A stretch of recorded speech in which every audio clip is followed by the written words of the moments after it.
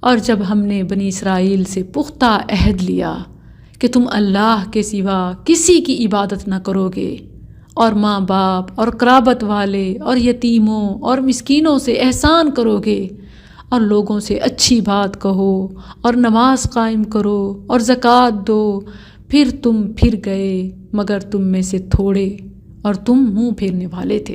یہ اللہ نے حقیقی جنت آخرت کی اور دنیا کی زندگی کو بھی جنت بنانے کے لیے گولڈن رولز بتائے ہیں، جو بنی اسرائیل کو بھی بتائے گئے تھے، مگر انہوں نے پس پشت ڈالا سوائے چند ایک کے۔ آج ہمارا بھی یہی حال ہے، نہ حقوق اللہ پورے کرتے ہیں نہ حقوق العباد، بلکہ بعض لوگ تو کہتے ہیں کہ اللہ رسول کا کلمہ پڑھ لیا بس پھر اب جی بچے بچائے ہیں، وہی بنی اسرائیل جیسا دعویٰ، اور حقوق العباد کے معاملے میں کسی چیز کی پرواہ نہ کرنا۔ اور بعض کہتے ہیں کہ حقوق العباد پورے ہوں اللہ اپنا حق معاف کر دے گا۔ یہ دونوں غلط سوچیں ہیں، ان کی کوئی حقیقت نہیں ہے۔ اللہ سبحانہ و تعالیٰ نے ان دونوں کو ایک ہی زمرے میں رکھا، جہاں اپنی عبادت کا حکم دیا لا تعبدون الا اللہ، معاً فرمایا وبالوالدین احسانا، مکمل لسٹ ہے آگے حقوق العباد کی، کسی کی رعایت نہیں ہے۔ وذی القربى والیتامى والمساکین وقولوا للناس حسنا واقیموا الصلاة وآتوا الزکاة ثم تولیتم الا قلیلا منکم وانتم معرضون۔ بعض لوگ کہتے ہیں کہ جی فزیکلی کمر کی پیٹھ قرآن کو نہ ہو، اسی طرح قرآن کی فیس جائز نہیں ہے، یہ بھی غلط ہے، انہوں نے قرآن کو سمجھا ہی نہیں ہے۔ اصل تو احکامات پر عمل کرنا اور مسائل کو شریعت کے مطابق بتانا ہے۔ والدین کے ساتھ حسن سلوک کی بھی اہمیت معلوم ہوتی ہے، اور حسن سلوک میں سے والدین کی آخرت کے لیے دنیا کے لیے دعائیں کرتے رہنا بھی شامل ہے، جیسا سورہ بنی اسرائیل آیت 24 میں سکھایا گیا رب ارحمہما کما ربیانی صغیرا وَإِذْ أَخَذْنَا مِيثَاقَكُمْ، اور جب ہم نے تم سے پختہ عہد لیا کہ تم اپنے خون نہیں بہاؤ گے اور نہ اپنے آپ کو اپنے گھروں سے نکالو گے، پھر تم نے اقرار کیا اور تم خود شہادت دیتے ہو، پھر تم ہی وہ لوگ ہو کہ اپنے آپ کو قتل کرتے ہو اور اپنے میں سے ایک گروہ کو ان کے گھروں سے نکالتے ہو، ان کے خلاف ایک دوسرے کی مدد گناہ اور زیادتی کے ساتھ کرتے ہو، اور اگر وہ قیدی ہو کر تمہارے پاس آئیں تو ان کا فدیہ دیتے ہو، حالانکہ اصل یہ ہے کہ ان کا نکالنا تم پر حرام ہے، یعنی پہلے مارتے ہو اور پھر چپ کراتے ہو۔ یہ چپ کرانا کوئی نیکی تو نہیں ہے، یہ تو ڈرامہ ہے۔ پھر کیا تم کتاب کے بعض پر ایمان لاتے ہو اور بعض کے ساتھ کفر کرتے ہو؟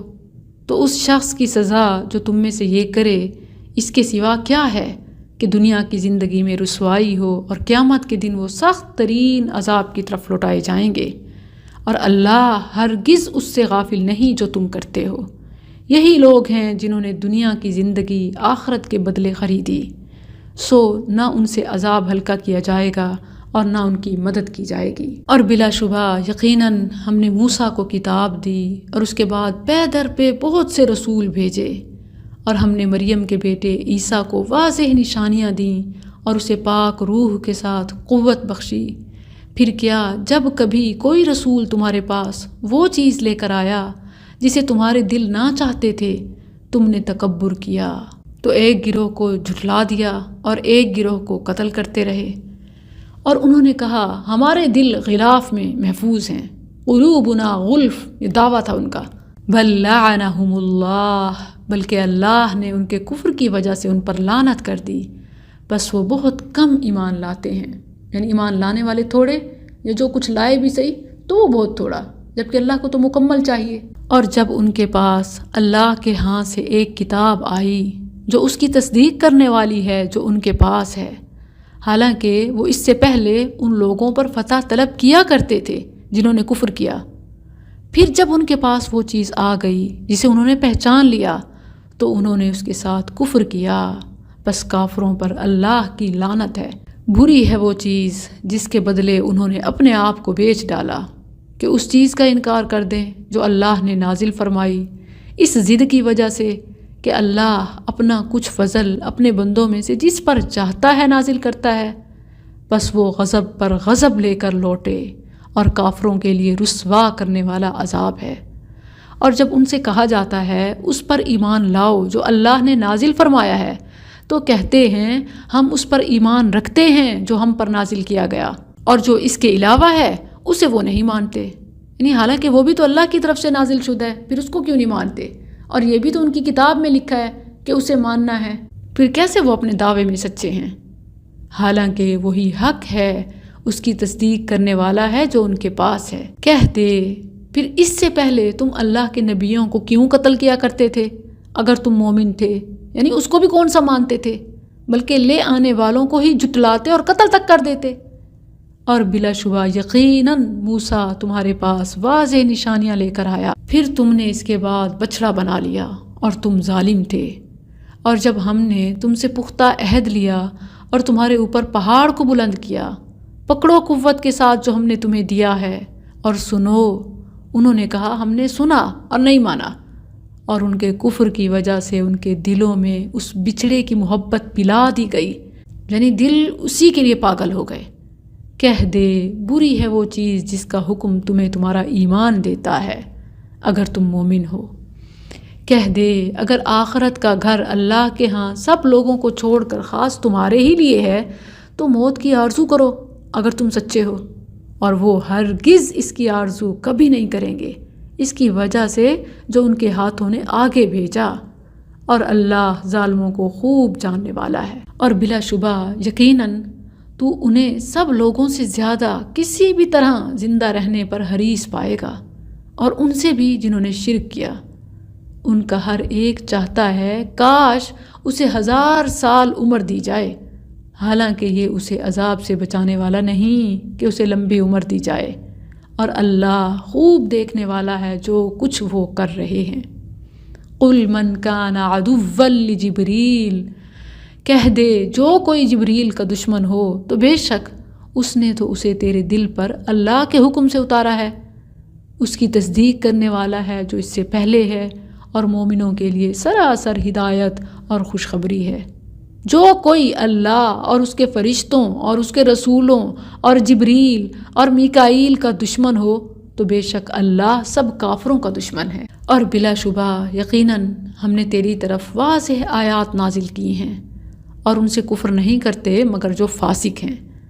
اور کیا جب کبھی انہوں نے کوئی عہد کیا تو اسے ان میں سے کسی ایک گروہ نے پھینک دیا، بلکہ ان کے اکثر ایمان نہیں رکھتے. اور جب ان کے پاس اللہ کی طرف سے ایک رسول اس کی تصدیق کرنے والا آیا جو ان کے پاس ہے، تو ان لوگوں میں سے ایک گروہ نے جنہیں کتاب دی گئی تھی اللہ کی کتاب کو اپنی پیٹھوں کے پیچھے پھینک دیا.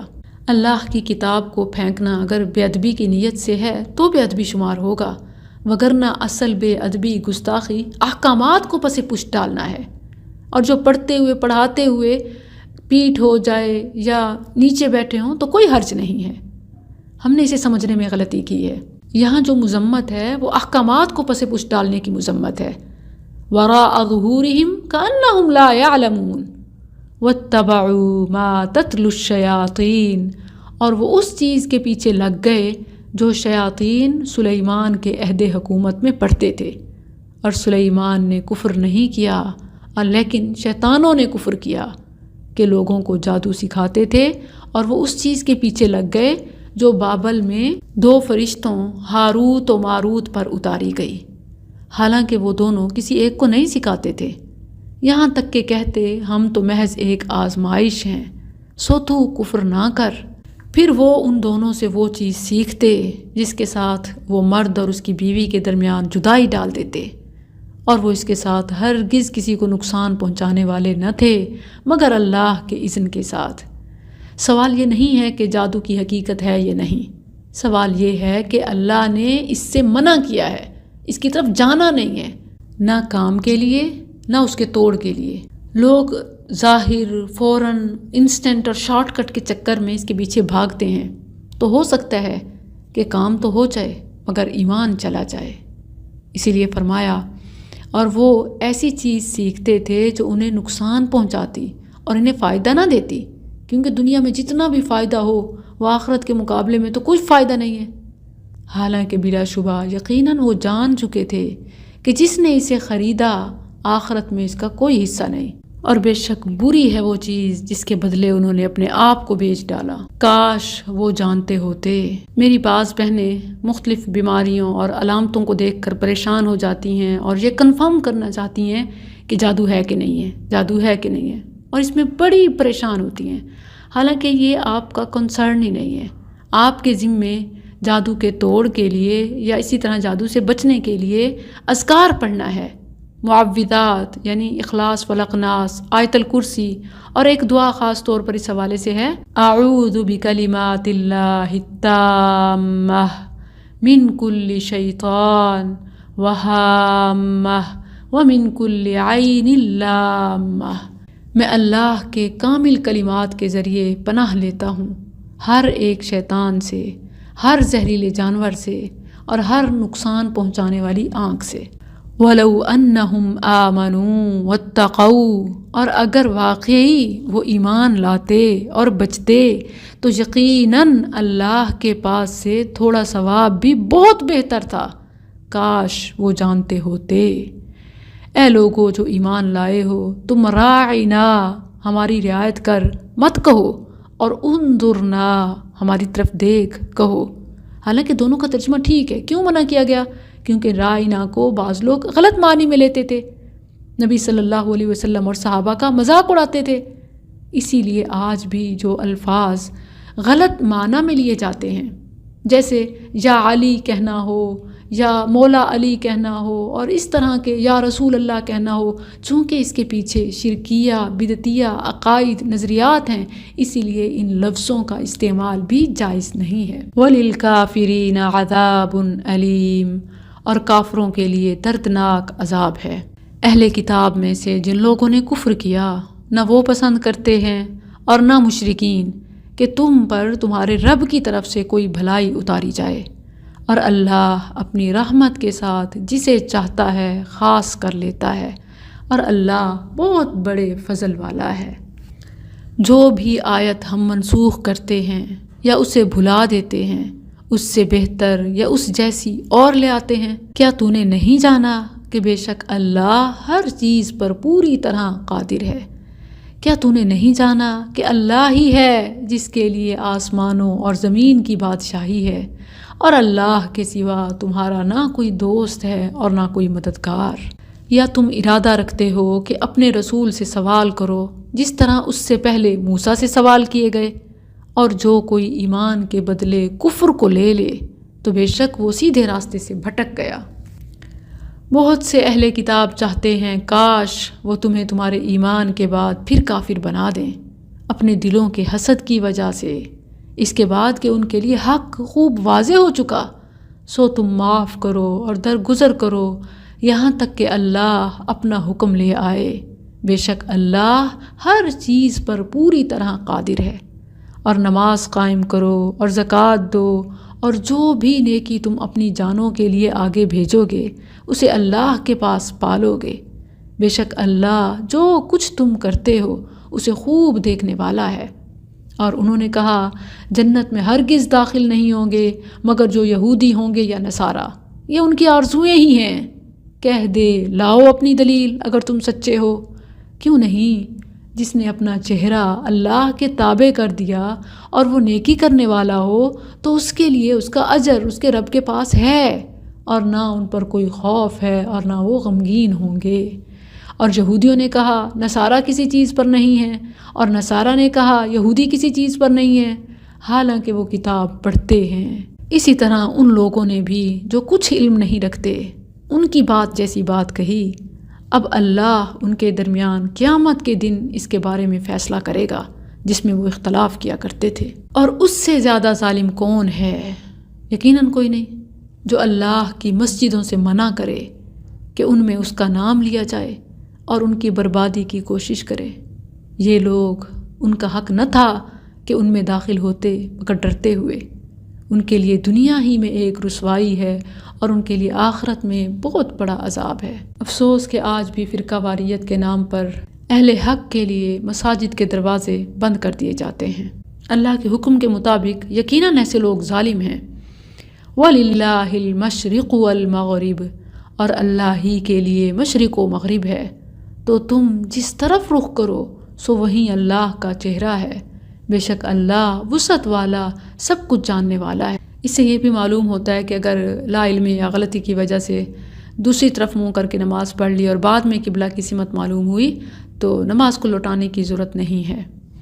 وَقَالُوا اتَّخَذَ اللَّهُ وَلَدًا، اور انہوں نے کہا اللہ نے کوئی اولاد بنا رکھی ہے، وہ پاک ہے بلکہ اسی کا ہے جو کچھ آسمانوں اور زمین میں ہے، آسمانوں اور زمین کا موجد ہے، اور جب کسی کام کا فیصلہ کرتا ہے تو اسے بس یہی کہتا ہے کن ہو جا، تو وہ ہو جاتا ہے۔ اور ان لوگوں نے کہا جو نہیں جانتے ہم سے اللہ کلام کیوں نہیں کرتا، یا ہمارے پاس کوئی نشانی کیوں نہیں آتی، ایسے ہی ان لوگوں نے جو ان سے پہلے تھے ان کی بات جیسی بات کہی، ان کے دل ایک دوسرے جیسے ہو گئے ہیں۔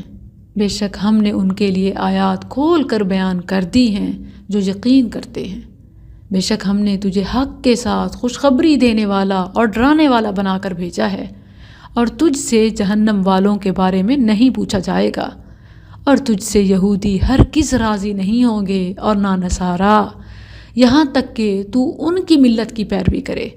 کہہ دے بے شک اللہ کی ہدایت ہی اصل ہدایت ہے، اور اگر تو نے ان کی خواہشات کی پیروی کی اس علم کے بعد جو تیرے پاس آیا ہے تو تیرے لیے اللہ سے چھڑانے میں نہ کوئی دوست ہوگا اور نہ کوئی مددگار۔ اسی لیے سب کو راضی کرنے کے بجائے ایک رب کو راضی کرنے کی فکر کرنی چاہیے، کیونکہ بچانے والا وہی ہے۔ الذین آتیناہم الکتاب، وہ لوگ جنہیں ہم نے کتاب دی ہے اسے پڑھتے ہیں جیسے اسے پڑھنے کا حق ہے، یہ لوگ اس پر ایمان رکھتے ہیں، اور جو کوئی اس کے ساتھ کفر کرے تو وہی لوگ خسارہ اٹھانے والے ہیں۔ اے بنی اسرائیل، میری نعمت یاد کرو جو میں نے تم پر کی، اور یہ کہ بلا شبہ میں نے ہی تمہیں جہانوں پر فضیلت بخشی، اور اس دن سے بچو جب نہ کوئی جان کسی جان کے کچھ کام آئے گی اور نہ اس سے کوئی فدیہ قبول کیا جائے گا، اور نہ اسے کوئی سفارش نفع دے گی، اور نہ ان کی مدد کی جائے گی۔ اور جب ابراہیم کو اس کے رب نے چند باتوں کے ساتھ آزمایا تو اس نے انہیں پورا کر دیا، فرمایا بے شک میں تجھے لوگوں کا امام بنانے والا ہوں، کہا اور میری اولاد میں سے بھی، فرمایا میرا عہد ظالموں کو نہیں پہنچتا۔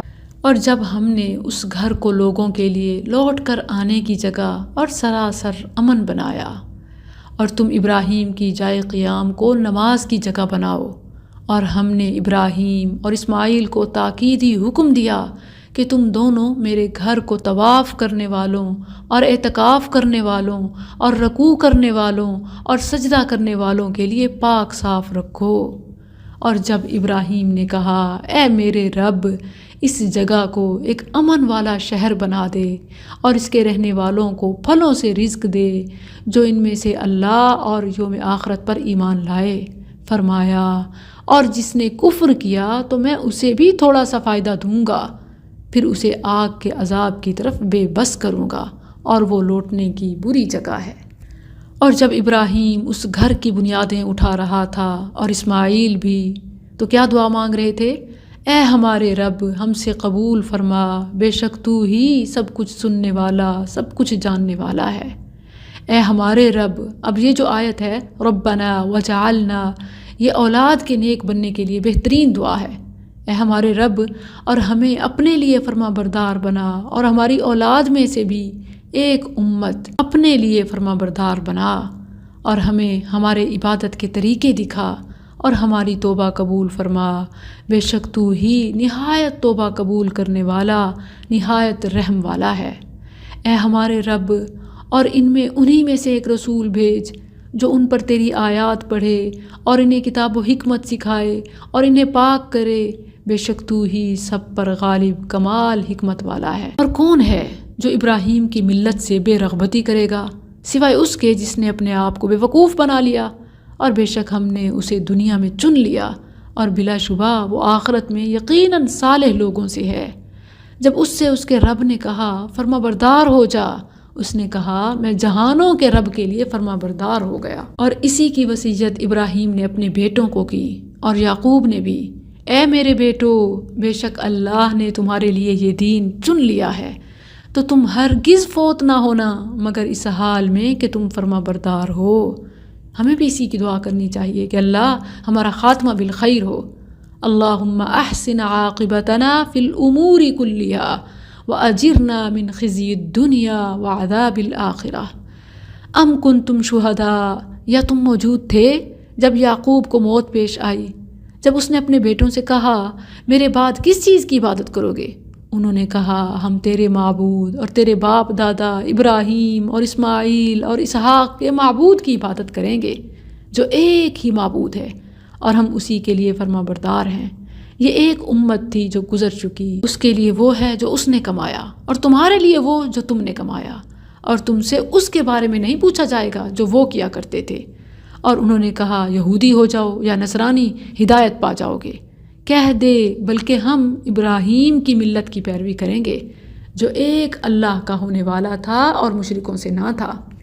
کہہ دو ہم اللہ پر ایمان لائے اور اس پر جو ہماری طرف اتارا گیا، اور جو ابراہیم اور اسماعیل اور اسحاق اور یعقوب اور اس کی اولاد کی طرف اتارا گیا، اور جو موسیٰ اور عیسیٰ کو دیا گیا، اور جو تمام نبیوں کو ان کے رب کی طرف سے دیا گیا۔ ہم ان میں سے کسی ایک کے درمیان فرق نہیں کرتے، اور ہم اسی کے فرما بردار ہیں۔ پھر اگر وہ اس جیسی چیز پر ایمان لائیں جس پر تم ایمان لائے تو یقیناً وہ ہدایت پا گئے، اور اگر پھر جائیں تو وہ محض ایک مخالفت میں پڑے ہوئے ہیں۔ بس ان قریب اللہ تجھے ان سے کافی ہو جائے گا، اور وہی سب کچھ سننے والا، سب کچھ جاننے والا ہے۔ اللہ کا رنگ اختیار کرو، اور رنگ میں اللہ سے بہتر کون ہے، اور ہم اسی کی عبادت کرنے والے ہیں۔ کہہ دے کیا تم ہم سے اللہ کے بارے میں جھگڑتے ہو، حالانکہ وہی ہمارا رب اور تمہارا رب ہے، اور ہمارے لیے ہمارے اعمال ہیں اور تمہارے لیے تمہارے اعمال، اور ہم اسی کے لیے خالص کرنے والے ہیں۔ کیا تم کہتے ہو کہ ابراہیم اور اسماعیل اور اسحاق اور یعقوب اور ان کی اولاد یہودی تھے یا عیسائی؟ کہہ دے کیا تم زیادہ جاننے والے ہو یا اللہ؟ اور اس سے زیادہ ظالم کون ہے جس نے وہ شہادت چھپا لی جو اس کے پاس اللہ کی طرف سے تھی؟ اللہ ہرگز اس سے غافل نہیں جو تم کرتے ہو۔ یہ ایک امت تھی جو گزر چکی، اس کے لیے وہ ہے جو اس نے کمایا، اور تمہارے لیے وہ جو تم نے کمایا، اور تم سے اس کے بارے میں نہ پوچھا جائے گا جو وہ کیا کرتے تھے۔